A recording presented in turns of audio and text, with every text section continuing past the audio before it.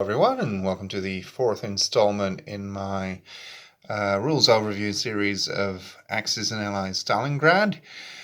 When it comes to spaces on the board, well, as I mentioned before, there are two boards, and some zones have RP values, or IPC values, as most of them would call it still, I suppose, of either 1 or 2, and you collect those, and the Russians can spend them on each and every turn, and the Germans basically save them up. The Germans can, as I also mentioned in one of the other videos I already made, they can already spend, well, they cannot actually spend them, but they do get some reinforcements, but those are limited to infantry, I believe, which they can get by card play. But the other RPs, the Germans have to save up for Operation Winter Storm. Also, there is a stacking limit of 8 units per side in a territory, which is, of course, very similar to North Africa, although there you had some exceptions. Some territories had 10 or even 13 or so, but here, apparently, in each and every zone, it's 8, which is easier, I suppose. Also, territories come in 4 different shapes and forms. They can be contested, and that's a zone that contains a combat marker. They can be uncontested, so that's one that doesn't contain a combat marker. It can be friendly, which is a zone that you control, whether it's contested or not. But also one that, if you're the Germans, one that contains your roundel, and if it's Russian, then it doesn't contain any roundel. And a hostile zone is simply a zone that you do not control. There are also base zones for each of the two sides, which cannot be attacked by any unit. And there are some fortified zones as well, which are represented by a pillbox, and so those are basically the factories, and I suppose also Pavlov's house or something like that. And then your land units gain a bonus during combats in which they are defending. There are also a couple of zones which have an airfield in them, and that's where your air units need to land, and each such a zone can hold a maximum of 4 air units when they're actually landed.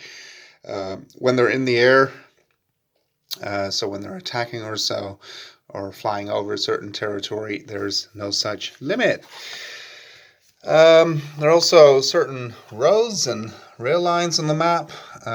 Roads are shown by means of, you can't really see it right now, but are shown by red, red lines, red wavy lines, which are roads, and those allow land units to move further than normal under certain conditions, and they are also used to determine whether or not units are supplied.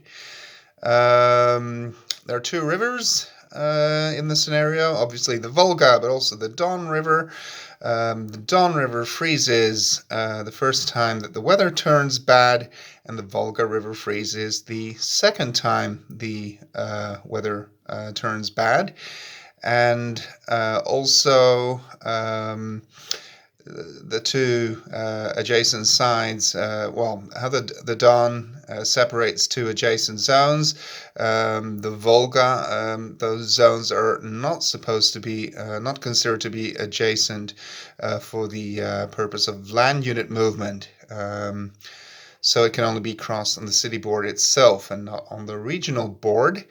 And the Soviets can ferry, as I've mentioned in one of the previous videos, they can ferry land units and supply tokens across via ferry. And once the river has frozen, the Volga River, they can place ice bridges, and they can ferry more units, I believe. I believe that the ferries themselves cannot hold tanks, for instance. I believe they can only carry infantry or supplies. Once there's actually an ice bridge in place, they can also carry any other land unit, basically.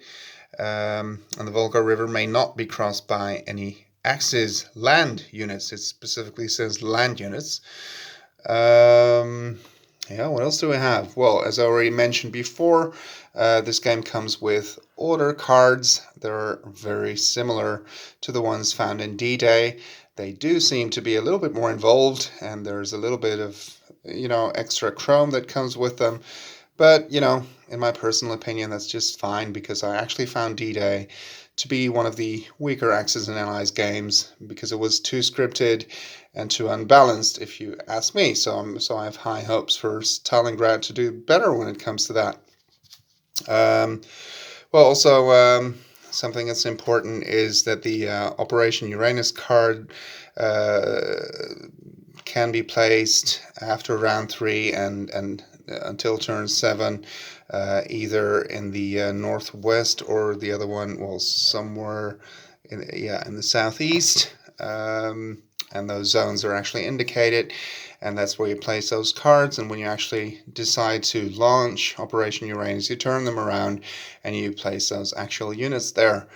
So this will be it for the 4th installment, and I'll see you when the time comes to do the 5th one. Thank you for watching.